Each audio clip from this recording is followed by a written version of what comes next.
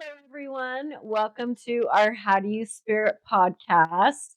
And I always get so excited for all of our guests. We have a super magical person today with us. This is Jake. Welcome, Jake.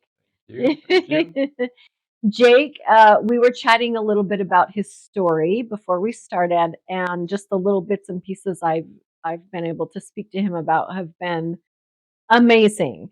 So, Jake, tell us what you do now and what it is you do and how did you get to what you do today? Hey, yes, well, thank you for having me. Yes. Um, what I do is I am a certified psychedelic therapy practitioner. Uh-huh. I work out in Provo, Utah, organization called Singularism. Uh-huh. And then I also am a certified resilience. And what does that mean exactly? I coach people through the transformation process. Basically, it's kind of been a culmination of my life, but it's somebody who is my organization's called Life Beyond the Brink. And it's, a lot of times it's for people who are stuck or who feel they've tried everything else, Uh-huh. and nothing's worked. Mm-hmm. And so my plan is to, well, we've tried everything else, but your way, Mm-hmm. right? A lot of times we get stuck doing all of everybody else's Yeah, what way. people tell Yeah. us to do, right? Mhm. Yeah. And follow their narratives. So this idea is to discover what narrative that we're living, Mm-hmm. decide whether or not it was actually our choice to be living this, and then consciously choose which path it is. So it's a unique path to what I call whole self gnosis. That's So it's amazing. Wow. yeah. Wow. Okay. So tell us about your journey. How did you end up to where you are today? So journey the path kind of goes to where we're talking about the narratives. My narrative growing up was I grew up LDS, Mm-hmm. big LDS family. My great great great grandpa's Wilford Woodruff, who was one Oh, of the wow. prophets of the Okay. church. Yeah. And so that whole side, all my uncles are seminary teachers, and there's just a lot of, very faithful people. Yeah. And I just never quite fit in. I'd always get in trouble during school.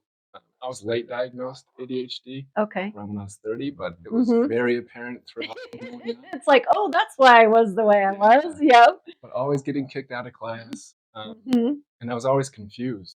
It was because people would laugh at what I would say, like I was funny, I was a class clown, but Mhm. then I'm still getting in trouble. Okay. And so it just, I remember as I've done a lot of the shadow work, it's like that feeling of, oh, I don't fit in anywhere. I'm getting kicked out of class. Like I'm not good enough to sit with everybody. Uh-huh. Um, I'm not good enough to be here. And I'd laugh and everything. And my mom, she had MS, Mhm. um, and so I kind of wore her out a little bit too. And Yeah. so it was like, okay, go with your grandma. And we laugh about it now because it was like, I just had so much energy. But like I remember as a kid, it was like, well, there's something wrong with me Okay. because I just keep getting kicked out. I keep getting, everyone doesn't want me to be around them. Uh-huh. And so that kind of stuck where, as I was growing up, I was going to go on my mission. I was going to Mhm. be the first grandson to go. I ended up messing up before I left, Okay. and I didn't What want do you mean by mess up? sexually. Okay. So it was. This kind of goes with. We'll talk about like a little bit later, but it's Mhm. suppressing the shadow, Yeah. and it was very apparent. Not at the time, but later on in life, it becomes apparent of what actually happened. But yeah, I made a mistake. I didn't really want to tell because every time I would confess, I was getting in trouble, Yeah. and so it was. You've been doing that your whole life. So it's like, okay, now how do I hide this? So I Mhm. tried to hide it, but my conscience was Yeah. too great. And I got a mission call. I went to the MTC, the Missionary Training Center, and I just felt too guilty. So I confessed, and then they sent me home. Uh-huh. And I didn't do very well at that point getting sent home because depression and drugs and alcohol. Uh-huh. Was excommunicated from the church. That destroyed me. But again, I'm getting kicked out, exiled. Yeah. And it was about 11 years worth of, okay, I'm going to be good again Mhm. and I'll get rebaptized. I wanted to have this big redemption. I was going to be the prodigal son. The Yeah. prodigal son goes off and does all this stuff. I'm getting all these tattoos. I'm letting everybody down, but I couldn't get clean. Uh-huh. And so I was in and out of rehab for about 11 years. Wow. A couple psych wards, was to give up because I wanted to stop letting everybody down. So you thought, why be here? I just can't Well, it's please like anybody, make and people it's like I happy. can't stop. Yeah. Okay. It's like, Yeah. why can't I just stop? Mhm. Right? And going through addiction, a lot of the time where people will say, why don't you just? If you think like it was that Easier easy. said than done, right? Yeah. So um it was really, really difficult. But my second rehab, I found this bishop that my aunt in Ogden. Mhm. He came to listen to me read the 12 steps to him, and he was on the edge of his seat throughout the whole thing. Really? I just felt like he understood the way that I was thinking. And so I Mhm. remember him leaving, and I was like, man, if I worked with that guy, I bet he'd get clean and get rebaptized. So after rehab, I ended up calling my aunt. She let me go live with them, and he did. He helped me get rebaptized. So after 11 years, I was able to get rebaptized, So you're back in the back church. in the church. Uh-huh. Um, Did you feel like you fit in at that point, or did you still feel kind of like the outcast? so obviously, I'm asking too early. well, no, well, I mean, obviously, with all of my tattoos, Uh-huh. um, it kind of got to a point where it was like it felt like I was going to be a spokesperson, kind of Oh. like because I wanted to share my story. Yeah. Because it was like if anybody else had fallen away, that they can come back, Uh-huh. right? And I wanted to help that way, but it was so difficult because then I felt like I had to be perfect. Uh-huh. So then it's like I just continued to feel like an outcast, and I put so much pressure on being perfect, Yeah. doing art, and Mhm. trying to control. So I was doing good, right? I was like, I got baptized. I moved out for the first time. I Okay. started moving up in my work that I was doing, Mhm. and about a year into that was when uh, I opened up a call center. I was like the manager of the call center. Mhm. And um, within a year, that's when I started to kind of get tired, and I got these sores on my lips, and I was like, I better go get checked out. And I went to the doctors. They took blood, and they gave us a call and was like, "You need to come into the office." Oh. We came in, and they said, Oh my. and my younger sister had lymphoma, Uh-huh. and they knew that, and they're like, "This is completely different. This is A a different. very aggressive cancer, and we're gonna have to start treating you tomorrow." I was You're upset yes. because it was like I just overcame. All I just went through addiction. Like, why you do I just have went to through go? hell and you Yeah, came back and now you're gonna go yeah. through hell again. So it's like I can do this, but then I'm like, but why do I have to? That's crap. Yes. Um, Were you probably angry about it? yeah. Yeah. Mhm. And we didn't know what kind of leukemia yet, so me and my partner, um, Ira, we were just looking at all the types Mhm. and seeing the survival rates. And there was one that was AML leukemia, and it was 27% chance survival. Wow. And I hurried and flicked it up so she couldn't see it Yeah. because I didn't want to scare her. But then she stopped it and looked. I was like, I probably don't have that one, but that ended up being the one that I You oh my gosh. had. So I went through Wow. chemo. It was 24 hours a day for a full 7 days, and there was 4 different types of chemo. That they Um, administered to you? for the Oh. first week, and then I took a week off, and usually the cancer goes into remission. Uh-huh. When they checked again, mine hadn't gone into remission, so they took another full week. Wow. And so I was in the hospital, and because of that, they thought, "Hey, this is going to just keep coming back, so we need to do a bone marrow transplant." Mhm. They talked to me about that, and this is actually where the name of my company came from. But they told me that they're going to have to take me to the brink of death, and that they're going to have to kill all of the cells in my body so that they could introduce the new stem cell. And That is wow. and I was feeling pretty good at that time because cancer went into remission after the second time. And Mm-hmm. I was like, well, after they had said that, I was like, well, what if I actually don't go through with it? It's like, well, we think there's a 75% chance it comes back. Uh-huh. But if you go through with it, The bone marrow yeah. transplant. Okay. Yeah. Then if you Mhm. go through with it, we feel that will cut it down to 25. Okay. Like, okay, we'll do it. Mm-hmm. And it was so hard because it was like 5 days full of like high dose treatment, high dose chemo. And then my little sister, she was the donor, Uh-huh. and it was supposed to be on a Tuesday, Mm-hmm. but the day that she came in to donate her cells, they couldn't get enough, Oh, wow. and so they had to wait another day, and finally got enough of the stem cells, and then they did the treatment, and it was just like it's like everything was killed, but then the stem cells come in, and it's just like a brand new body. So it's like they told me that I'll probably have a fever as it like goes wild inside. Yeah.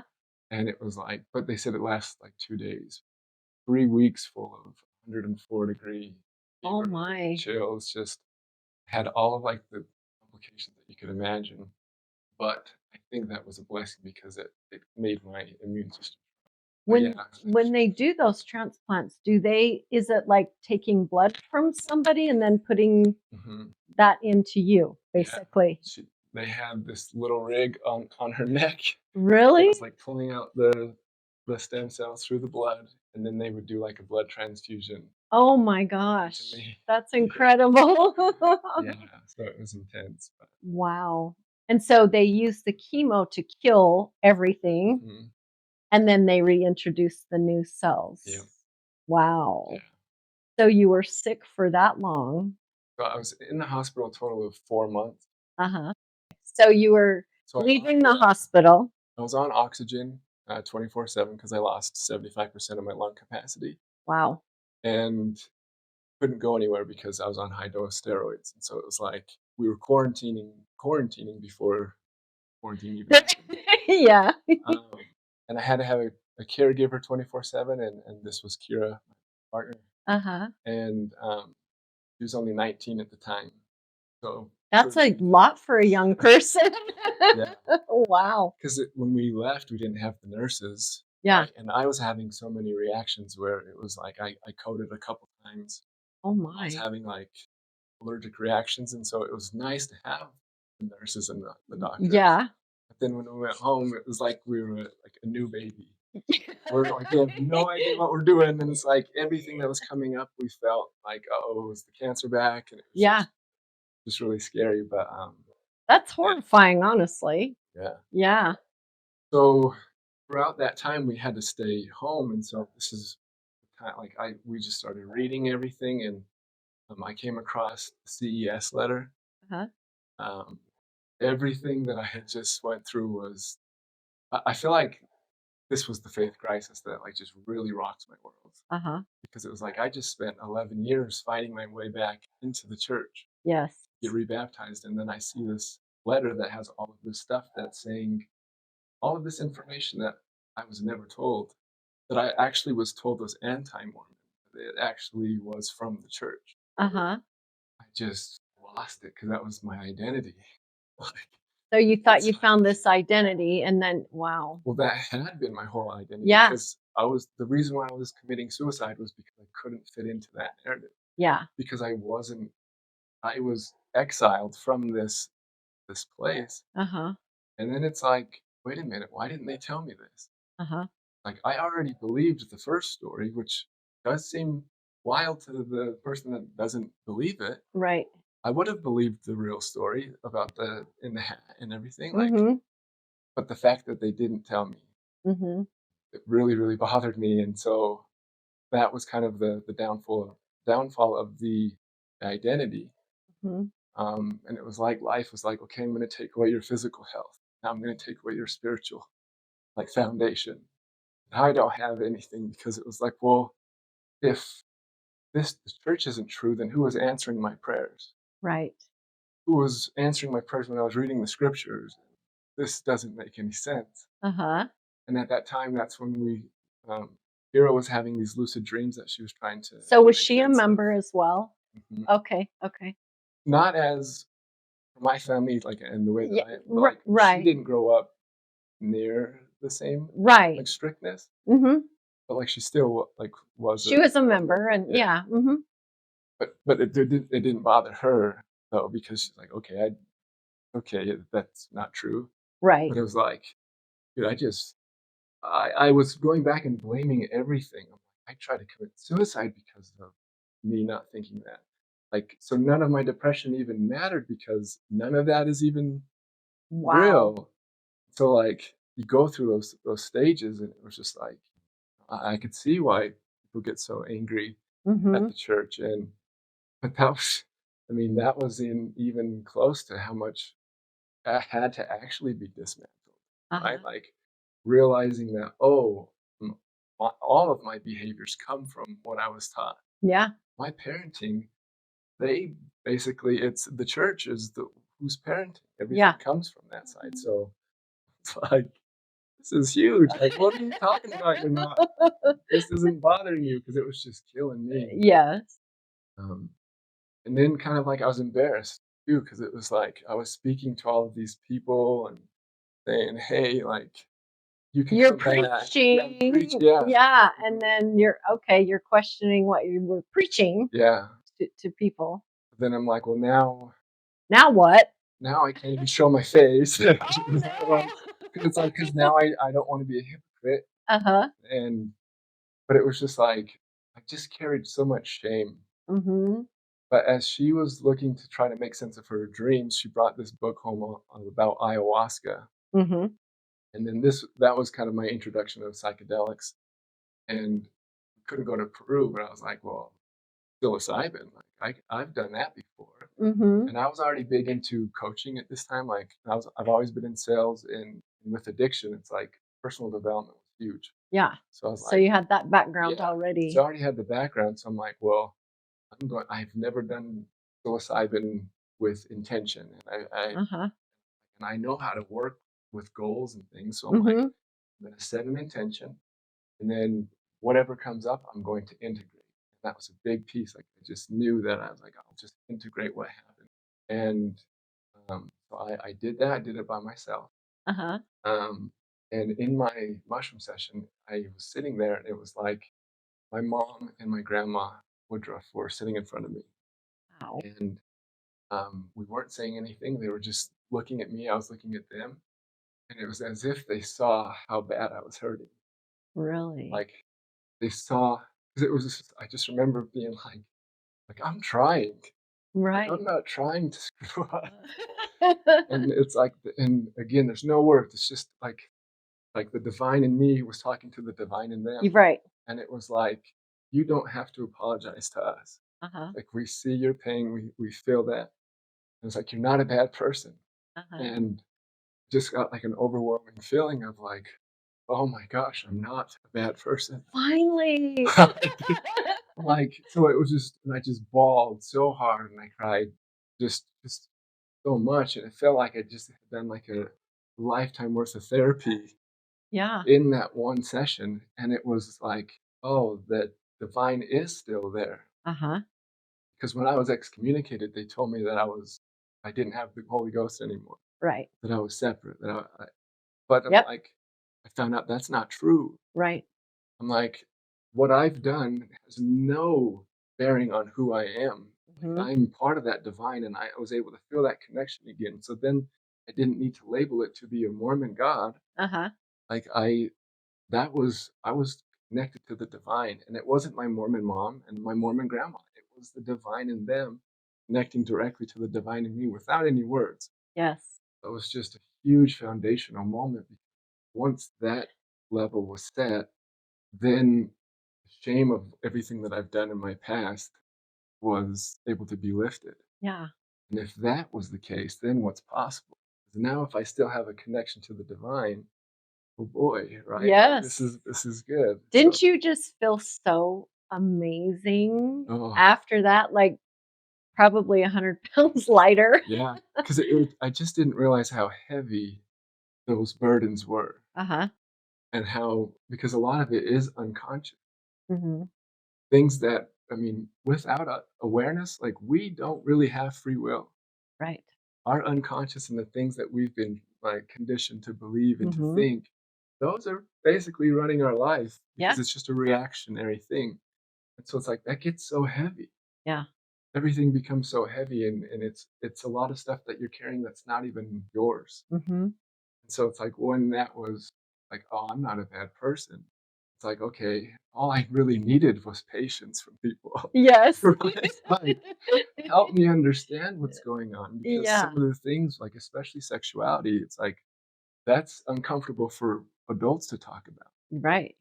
When I'm talking about it with my therapist and I'm kind of getting, just feeling all weird, she's like, she stopped and was like, Jake, how old do you feel right now? Uh-huh.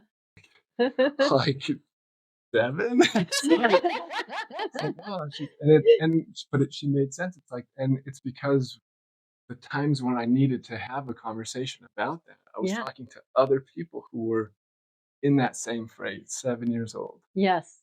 because it's uncomfortable, it's something that we don't talk about, and it's shamed. Yes, you're not supposed to. So, Mhm. so I'm like, "I have no idea what any of this even means, Yes. except for it's bad. I've been told that it's bad," kinda thing. Mhm. That's kind of where a lot of that lightness did come out, and so then I was like, "Well, I want to do this coaching thing." And then I found out that there's actually integration coaching with psychedelics. Uh-huh. And it was like, I tried all the therapy. I went to rehabs. I did all that. None of it touched shame and guilt. None of it. Yeah. And one session I had with medicine that it was just like, oh my gosh. So I got certified into a coaching program. I ended up getting a job as an integration specialist with Mhm. a company called Mind Bloom. They do ketamine therapy. Uh-huh. I'm at home. And but psilocybin was the medicine that I was passionate about, and so I just kept looking around, and that's when, um, I found Singularism. The founder was doing a webinar, and I was like, "It's here in Utah?" Right. Yeah, Yes. and he came from a clinical background, so, like, I'm big on following rules, but also breaking free. Like, I'm Yes. like a walking paradox, but it's like I liked the structure because to break free, you have to have structure. Uh-huh. And so I loved how he bridged the spiritual with the clinical. And I was like, man, here's my story. I feel like I'm called to work in this field. Yep. Like, because it's not about like being a healer. Like I can hold space because I've gone through the decay, right? The I've had this journey, yeah. yeah. So it's like, Yes. let me just come and help any way I could. And so it's like I live up in Ogden, but I'll drive down. Uh-huh. And so that's kind of how I got to working where I'm at. Uh-huh. Is like just hey, let me just be a part of this, and So, so and here you are. yeah, So you're still kind of, I would think, based on just conversations that we had, you're still kind of on your own journey and learning still, and mhm, yeah. So yeah, let's talk a little bit about um, some of the things that you've realized through your journey.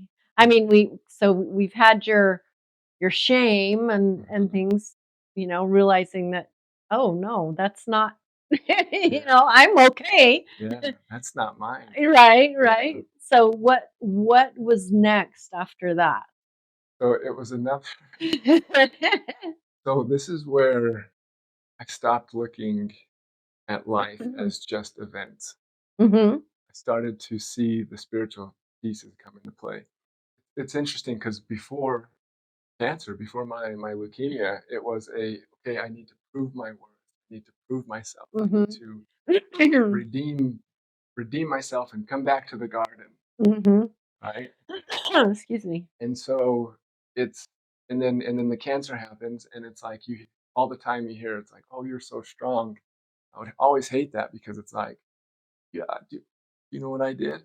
I literally laid in bed and just felt like I was floating my head above water. I didn't do not strong. Don't say that. Uh-huh. But what I didn't realize that it was teaching me a different way to fight. Okay, yeah. And it wasn't until that so I do I do like my own session of maybe 3 or 4 times a year, but I always do one right before my birthday because in Oh. astrology there's things called perfection years. Uh-huh.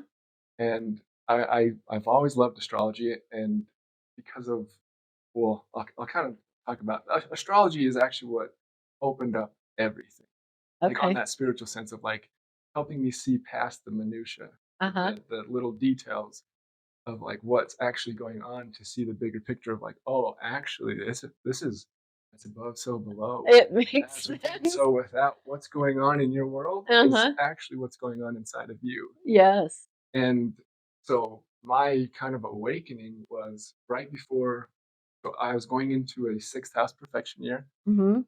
and the sixth house is like day to day, like the habits. And my sixth house is Cancer, and it is ruled by the moon.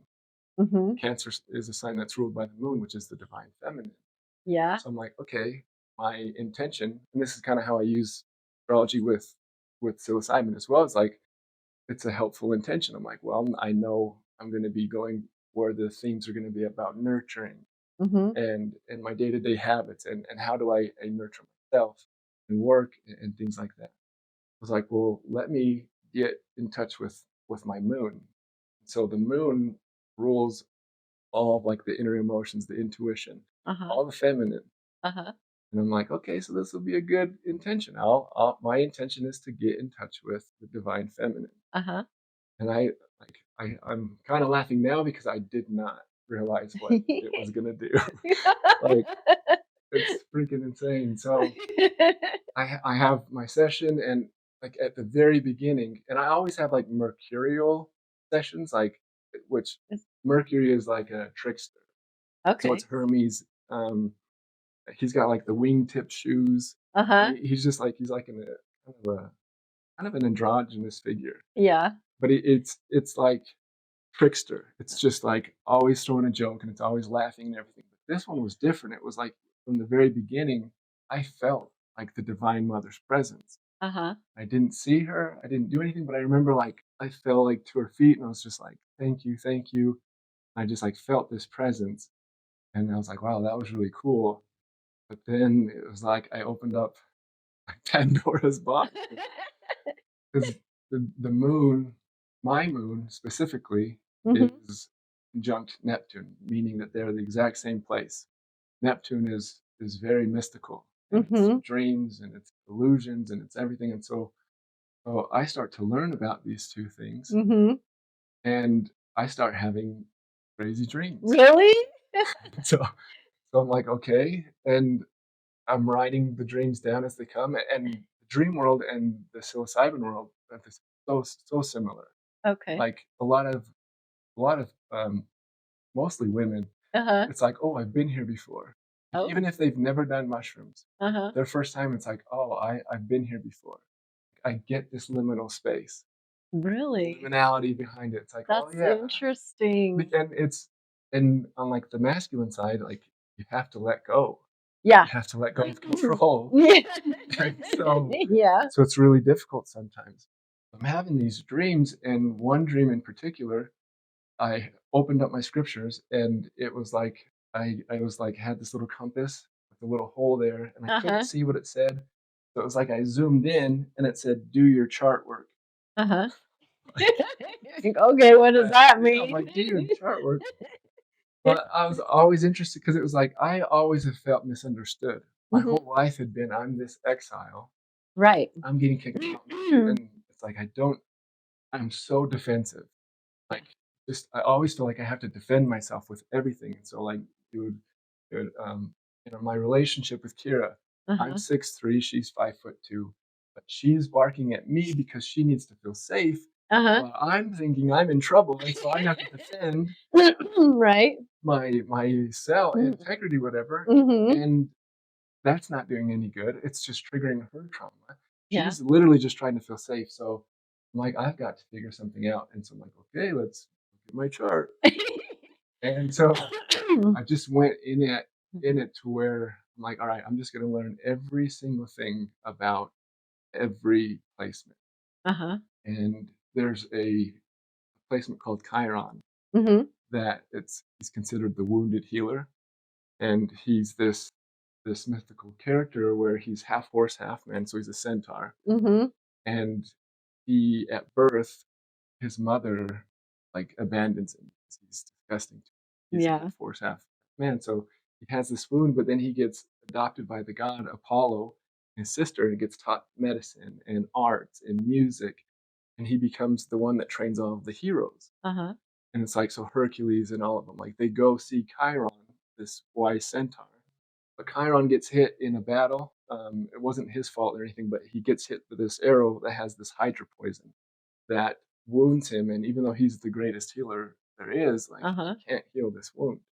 And so he becomes this archetype where it's like those of us that have gone through difficult things, Mhm. we're able to help other people because we know the pain. Yeah, like you. Yeah, so I'm like, oh, Chiron is like, yeah, I'm like, yeah, that's me. And I just like really resonated with that. But still, there was still something off because in the stories it says that because the pain was so bad, Mhm. that he ends up asking Zeus to trade places with Prometheus. Prometheus is the one that stole thunder and fire and gave it to humans. Uh-huh. And Zeus punishes him by chaining him to a rock and has an eagle come and eat his spleen every day. Like his spleen will reappear and the eagle will come. Oh my. So he's just getting punished this whole time. And so Chiron's like, I'll trade places with him Uh-huh. if you let him go, and I'll give up my immortality so he can die. He can be released from this pain. And I just would always get so bothered. I'm like, wait, so he just gave up? Yeah. And it's like it didn't really make sense. So I just kept kind of digging and digging. And as I got further and further, it was like, well, this actually, he knows the transformation process. Mhm. And as I was looking at all of the different myths, transformation requires, when you go to the underworld, like it requires something to die. Mhm. I'm like, okay, what does that mean? He's immortal. He can't die. So he understanding the healing process is like, and when we talk about like death, it doesn't necessarily mean like that person, but it is a Yeah. belief, that old person, that old version of Right. yourself before. And I'm like, I was able to recognize that really quick because that's also the mushroom cycle. Yeah. And Oh, it's yeah. like that you're going in a different person and you're going to go to this underworld, the unconscious, Uh-huh. to work with these parts of you that we've kind of abandoned. And so it was like, okay, this is making a little bit more sense. He already understands the healing process. The idea of being immortal means that he cannot die. Mhm. So he's like, I'm like, he didn't give up. He's doing the transformation process. Yes. And so I was like, there's also something interesting that he's going to trade places with Prometheus, who is considered a rebel. And Zeus kind of hates him because he's like, he's giving fire to humans. Right. But Zeus agrees to let him go. So I'm like, okay, what does that mean? And so I'm like looking at it in a symbolic kind of language and like Mhm. more esoteric. And it was like, oh, Chiron is stepping out of the story.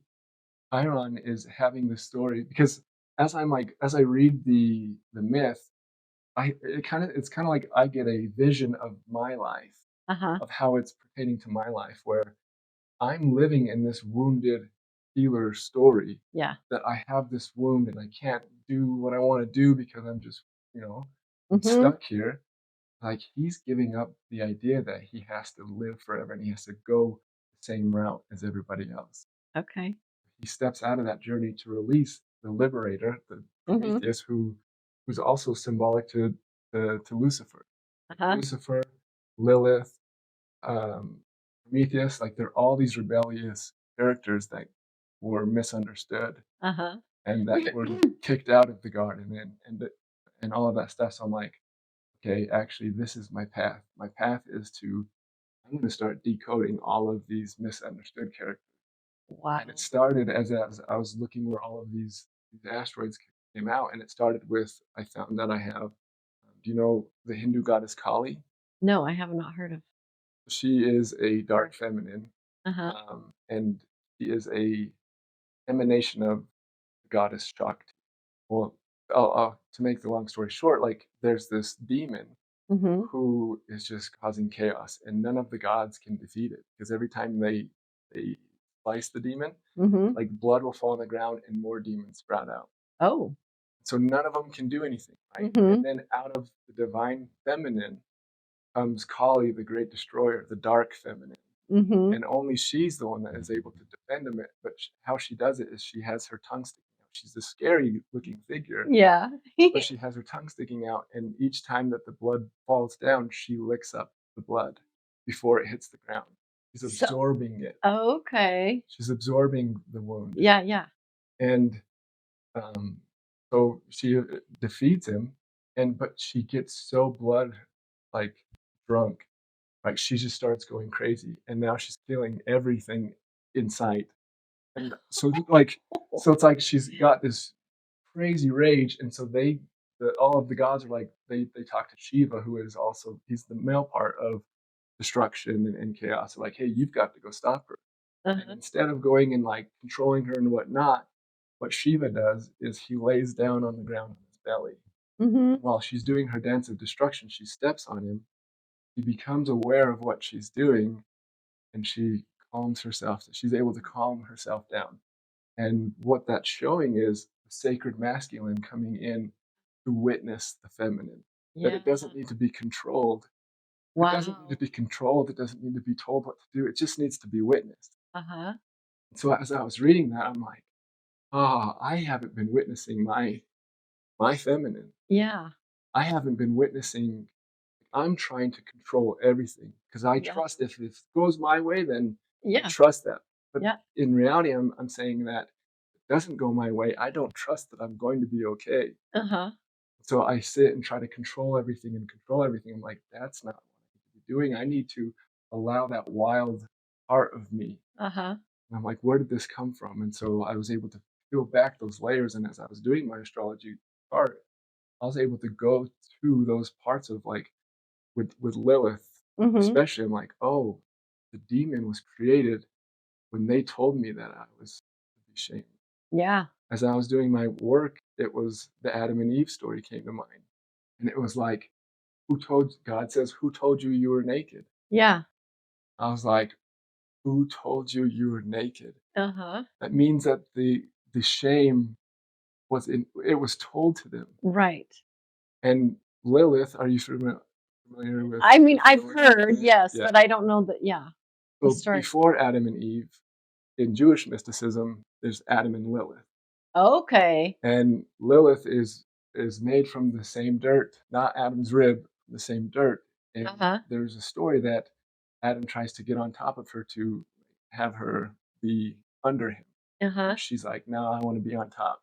And Yeah. he's like, no, you can't be on top. That's not how it goes. She's like, no, I'm going to be on top. So they get in this argument, and she ends up saying the name of Yahweh that you're not supposed to say. Yes. She does anyway, and it says she sprouts these wings and flies out of the garden. And so Adam's like, "Hey God, the woman that you gave me, She just took off. she's acting up." And so it's like they tried to have these demons come, or they tried to have these angels go get her. And she's Mhm. like, "I'm not coming back to the garden. I don't want to come back." Mhm. And so they end up giving him Eve, who was going to be more submissive. And Oh. she is now the queen of the demons, and that she comes in and eats people's babies. Oh. So like I'm seeing, and then but like every time I start to read the myths, Uh-huh. I It's get shot back to my childhood. I'm wow. like, who told you you were naked? Yeah. Because I was like, when I go through my chart and I see that my Lilith is like, that's what was suppressed. That the body was naked. Uh-huh. That's what I need to be shameful of my body. Yes. Everything that was Wow. repressed had been this feminine wound. So it's like, okay, curiosity, the woman, the snake, the woman, everything is getting. I'm like, this isn't a battle of good versus evil. This is Mhm. a battle of the masculine, wounded masculine, Yeah. and suppressed feminine. Because the woman is who made me eat it. She tricked me. She was the one that was curious. Uh-huh. Pandora, she's the one that opened the box and did all of this stuff. So then I'm neurodivergent, and so my ADHD is like, oh my gosh! So I start making all of these different connections.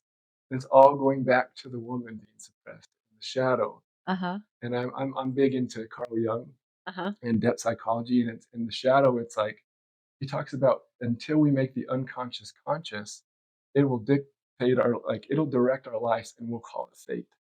The Yeah. shadow will. and it just all of a sudden made sense. I'm like, okay, I have this sexual sin, right? Yeah. This demon that I can't stop Yeah. because what was I taught? That the natural man is an enemy to God. Uh-huh. Has been since the fall of Adam, and like all of these things. And it's like I started to fear women. I was scared to death of women because I saw Really? like, oh, there's Jezebel, there's Delilah Yeah. that tricked Samson in the scripture, and it was like they're the ones that trick us. And so because I was afraid of them outside, I was afraid of my own Uh-huh. because I didn't know I had, right? Like I didn't know that these Yeah. archetypes and myths lived in us yet, Yes. right? Until Yes. just recently. So I'm like, okay, so you're telling me, and this is where the Holly story came in because I started to feel rage. Yeah. I started to feel anger. And because of what I had learned, I'm like, no, I'm going to Shiva. I'm going to hold sacred space for Kali to wild out right now because I'm pissed. Right. I'm like, this pisses me off because it's like now I guess it became real to me Yeah. because yes, we've seen women be suppressed. Uh-huh. But then it became real. It's like, oh, my feminine has been suppressed. This is Uh-huh. not about genders at all. It's not. Right. This is about my feminine ability to hold, to receive, to intuitive, like to be emotional, to do any Yes. of that. I've Yes. just been so masculine focused. I got to prove. I've got to control. I've got to do. I've got to do. Yeah. And it was so overwhelming. That's so amazing. Wow. So it kind of hit the point. I was like, okay, they created the demon. Mhm. They created the separation. Who told you you were separate from God? Mhm. Who told you?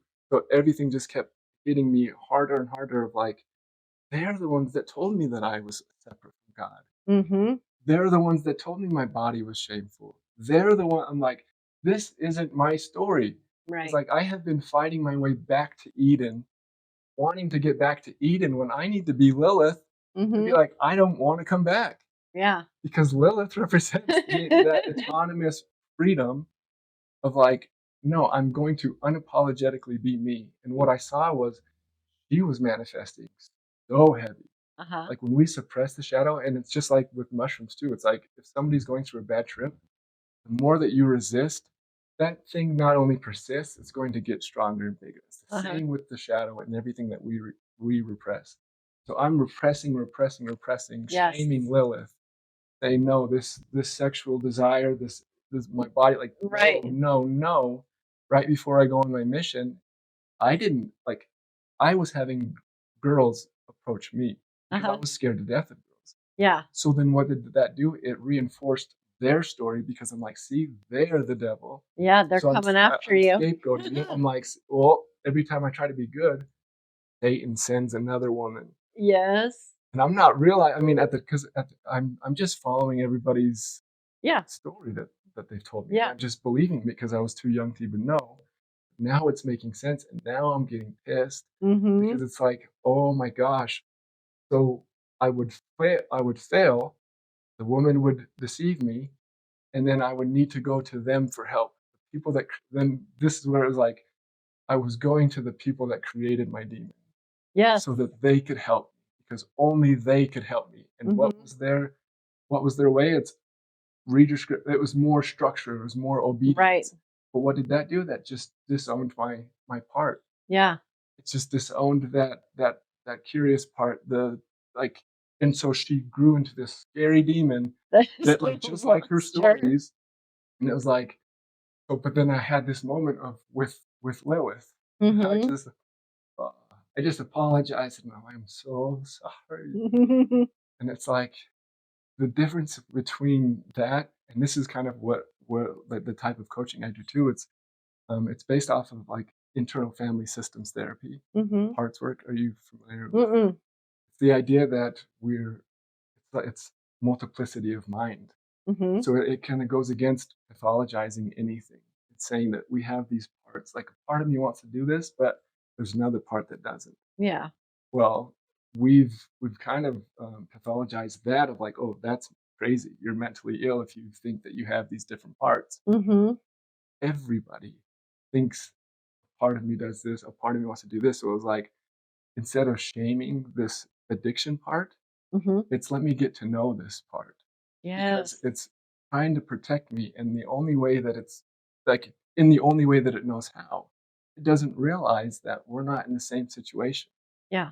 Like, we all came from a survival place where it's like if you get kicked out of the group, that's Mhm. going to equal death. And Yeah. so our nervous system still operates out of that survival instinct, not realizing we're not in the same danger anymore. And so what this does, it allows you to get to know those parts of you Mhm. you've suppressed. I got to know Lilith and this scary demon, and it was just the most amazing experience because it was just like you know how you feel misunderstood, Uh-huh.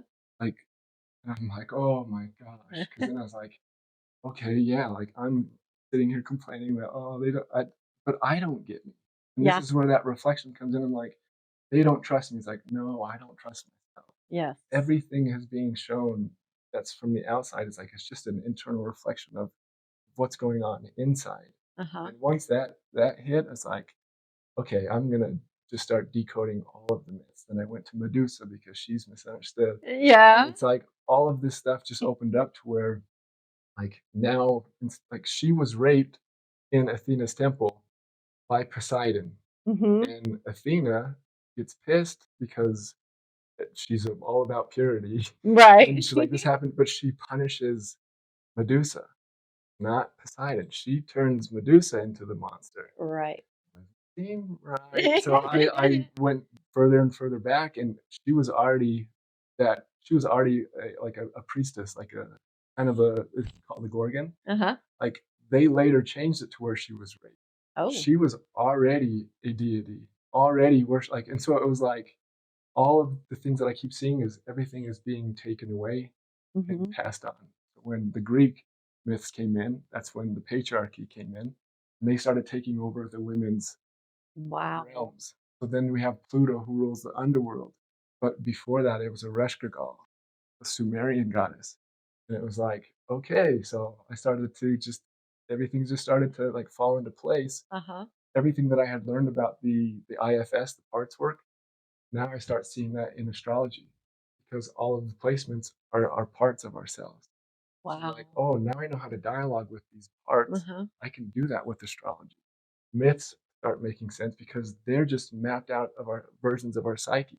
Zeus is like the collective overall ego that's like, no, we need to do this and this and this and Mhm. like, and he's kind of untamed. And then you got like Apollo, but then you have the other end, Liliths and Medusas and all of that.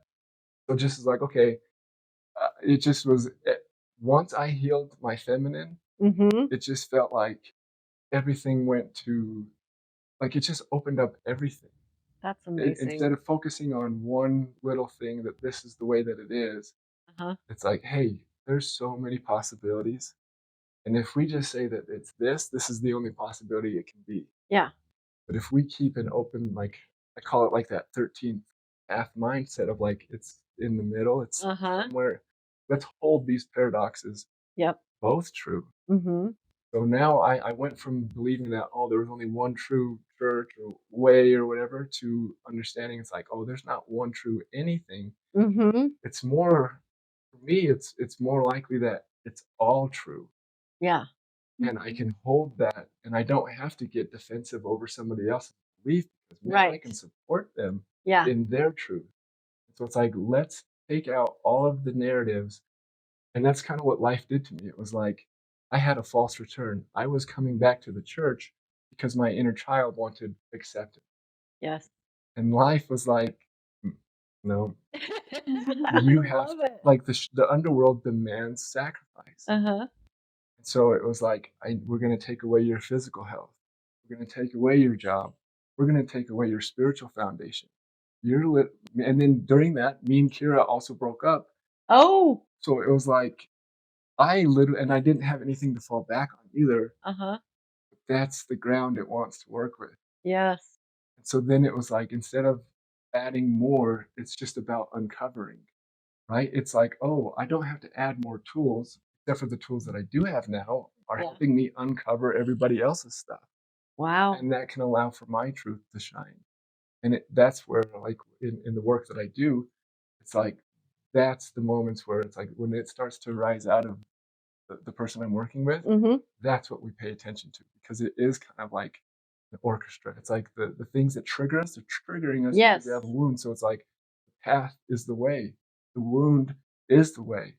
So these are trailheads. Let's get curious. Instead of thinking that they're tormenting us, Yes. let's look at them as tormentors. They are mentoring us to go deeper, to go like Wow. further into that process. So I love that's it. just kind of how like my mind is a little weird, but I'm like, I okay, don't think so. like we have You're in these a systems. weird space. Man, so, I love it. yeah. That's so incredible. So when you have or when you work with people in sessions, does it just depend on what traumas and things that people are dealing with and how much, Mhm. many times I guess they come to see you or Yeah. So it's the I call it the call to adventure. It depends on what's calling oh yeah. because that's kind of like I look at life that if we lose a job, we get sickness, or Yeah. if our body's telling us that it's not happy, like that's the soul's call. Yes. Something's not right. And so what we do is we just figure out what's calling. Uh-huh. Where's the call here? And then why are we refusing the call? Because that's also another pattern that Yes. when we feel the call, it's like that fear will come in. Then we start to get curious there. So it depends on what, like if somebody has been going at, like if their brain is just really ingrained in like all of these patterns, Mhm. it usually takes multiple psilocybin sessions. Yeah. But psilocybin is helpful that it's like not a bypassing, but Mhm. it can take away a lot of the years of time it takes for something else to. That's why you see a lot of therapists moving into this because it's like, Yeah. dude, okay, I can help get people to like actual Quicker. change. Uh-huh. Like in fact, I'm working with somebody who 25 years of alcohol addiction. Wow. And after 2 sessions, so he had said, he's like, "I've never been able to not give into the cravings," Uh-huh. and he just did 2 sessions. He's doing 4, but just within these 2 sessions, it's like because we've done a different way than AA, and, like, it's not a forced linear path. That's another thing I had to learn. Right. I'm trying to like, I actually was like, "Oh, this is exactly how it works," and here it Yeah. goes. But the feminine is like, "No, this is more chaotic. It's more," and, like, you've got to surrender, and it's a different Mhm. way to fight. Mhm. So you have to learn a completely different way, but the nice thing is it's like, oh, it's connecting us to our body, Yeah. which is what that kinda like the patriarchal system takes away, Mhm. right? That's why they were shamed for their nakedness. Like, and I couldn't even watch anything that showed nakedness without being like, "Uh-oh." And now You're it's in like trouble. I Yeah. see authenticity. I see Right. vulnerability, and I'm Yes. like, I just got the yeah, chills. it's crazy. So that's kind of the process of like, where are you at? What's calling you? And if astrology is helpful, I love it and I can weave it in there. Uh-huh. But it's like, what tools resonate with you because it's resonating with you Yeah. for a reason. Yep.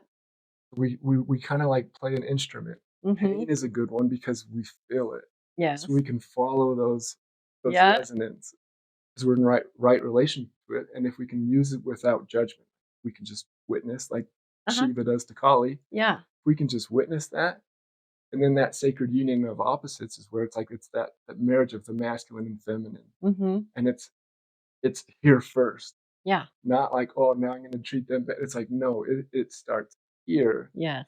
and then that's kind of when like the inside of like, oh, I embody Shiva Shakti right now, like biologically.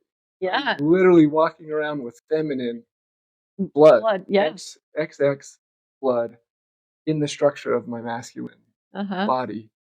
I'm like, okay, like, all right, this is something where like maybe this is I don't know what fight to do with it yet because Yeah. again, this is I'm just like, but I can hold sacred space for people, and it doesn't matter. It's like I can help teach men how to hold that sacred space for that wild woman Yes. inside of them or wild feminine, so Uh-huh. then that they can show up better for their partners. And then you have, and me and Kira, this it's like, hey, one of us has to be Shiva. Yeah. We can't both come going at it because one Yeah. of us has to lay on the back, and it's like, okay, yeah, Yeah. done. Like it's so much better. So do you feel like, in your opinion, that a lot of people and their illnesses are from deep, Oh yeah. you know, Oh yeah. So the like whole we make ourselves sick. yeah. Yeah. My mom has MS, and Gabor Mate, don't know who he is. Dr. Uh-uh. Gabor Mate talks about trauma and addiction. But he, like, 1000% the autoimmune, like, I'm not saying, okay, Right. we still don't actually know, but like with epigenetics and the things that are Mhm. passed to us Right. and the stresses and everything, like, absolutely. Yeah. Like, it's so apparent. And even, okay, with what went on in my chart, like, I actually looked at all of, 'cause I saw Lilith and Chiron were passed down from my mom and dad. Lilith in my first house, Okay. so that's the, like, appearance and everything. So it's That's funny why you because were so shunned all the time. so yeah, that was another thing that, like, astrology helped me realize is, like, because wherever Lilith is at, like, he brings an aura that is kind of threatening to people because Uh-huh. it threatens what society deems crazy. So it's like I would have, like, it was talking about, like, my, what is it when they're like the when I was going to, like, the 3rd grade, it was like the teacher would say, "Hey, watch out for him." Yeah. It was like my reputation for like, Yes. Yes. so I was going in, I'm like, "What is going on?" But then when I rebel, I'm getting all of these tattoos. It's Yes. the body. It's like my Lilith was so easy to see. So I'm like, okay, so maybe there's something to it. Like Lilith and Chiron. Chiron is the wounds that gets passed to us. He didn't do anything. Uh-huh. And the reason why he couldn't heal the wound was because it wasn't his wound. Oh. And that's ancestral. Because then Ah. I started thinking, so I'm like, okay, let me look at my mom and dad's. My mom's Lilith became my Chiron, Wow. exact degree. And so like, we have 6 kids. I have all of their charts. Pulled it up. I could see everybody's Lilith Chiron connection, straight from my mom and dad. And Wow. the poison. So how I decode things, Mhm. I'm like, I'll take it at face value, and I'll take out all of the judgment, the good and the bad. And Right. then I will do an esoteric look at it. Like, what do the symbolisms mean? And the Hydra poison is like when Hercules was doing his um, like 12 labors, he cuts the head off of a dragon. I think that's in the movie, and like multiple heads come out. Yeah, yeah, yeah. And it's the same thing as the demon with Kali, the blood hitting the ground. It's like this is pass it to the next generation, where it's like the wound just festers. And so Mhm. what we don't address as parents literally gets passed down through the kids. Yeah. And I was seeing that in everybody's chart. Wow. And then, talking about, like, with the autoimmune diseases and things, and it's like I can see where the suppression is. I Uh-huh. can see where the ancestor. So it's like astrology has actually shown me the narrative that I was inherited, and it helps me get out of that narrative, because then it's no longer, I'm not identified with the wounded healer. Yeah. I'm not identified with the hero. I am the conscious awareness, aware of all of these parts playing its role, and they're all welcome. So basically, it's like I am all of it. Yeah. Our goal in life, I don't believe, is to be happy. It's Yeah. to be whole. And that Yes. includes all of the emotions. Yes. So yeah, Say that again. the Your goal goal, in life? yeah, the goal in life is not to be happy, but it's to be whole. Yes. Yeah, 100%. Because once we're whole, that's just automatic happiness, right? exactly. And then we find out, oh, we weren't actually broken. Yeah.